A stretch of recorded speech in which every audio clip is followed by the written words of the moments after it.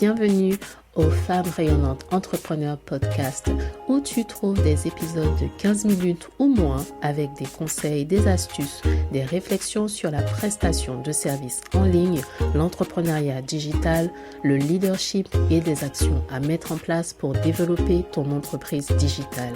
Ici, c'est Work Hard, Play Hard. On bosse dur et on s'amuse, on se détend aussi. Je suis Leslie, associée dans la gestion des risques financiers et j'aide les femmes en corporate à lancer et développer leur entreprise de services digital en 2 heures par jour.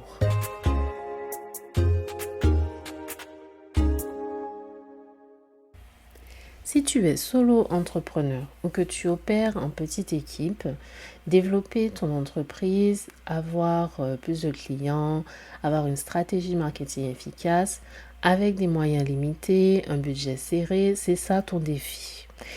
Et c'est OK, ça ne veut pas dire pour autant que tu dois juste chercher des financements sans fin pour pouvoir commencer quelque chose. En fait, une stratégie marketing efficace n'a pas forcément besoin d'un gros budget. Alors, oui, les grandes entreprises peuvent se permettre de mettre énormément d'argent dans de la pub, de payer des célébrités, de payer des agences marketing une fortune et tout ça leur permet d'avoir un avantage à leur échelle, un avantage considérable. Mais à l'échelle de ton entreprise, à l'échelle d'un auto-entrepreneur ou d'une petite structure, les choses sont différentes et tu ne peux pas te permettre de lâcher tes sous comme cela à investir dans plusieurs choses et des choses assez chères.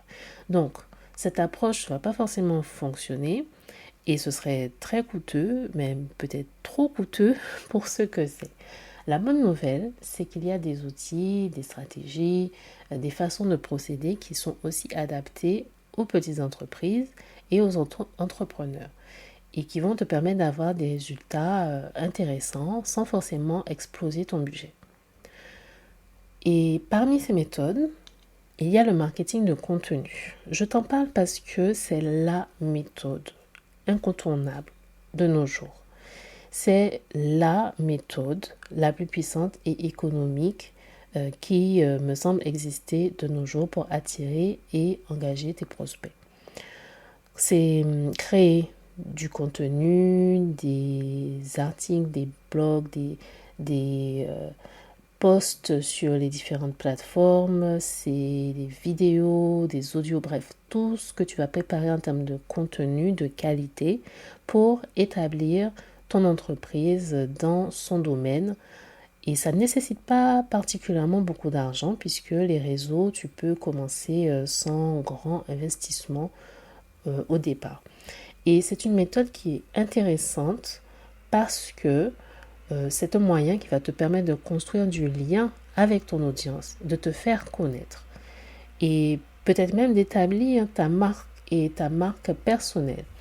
C'est du contenu bien élaboré, bien sûr, qui va permettre d'attirer non seulement des visiteurs, mais aussi d'engager des conversations, d'attirer des clients, poser des questions, réaliser des sondages et tout ceci amène de la vie, de l'intérêt autour de ton entreprise.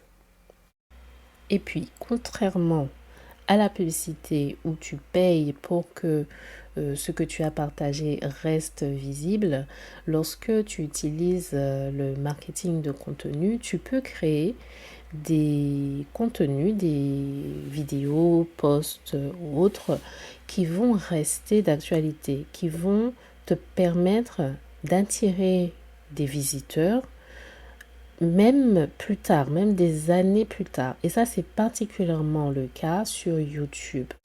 Ce n'est pas forcément le cas sur les autres plateformes, mais YouTube, effectivement, les vidéos que tu vas partager aujourd'hui pourraient être encore visibles, pourraient encore t'attirer des visiteurs d'ici plusieurs années. Est-ce que c'est pas magique ça?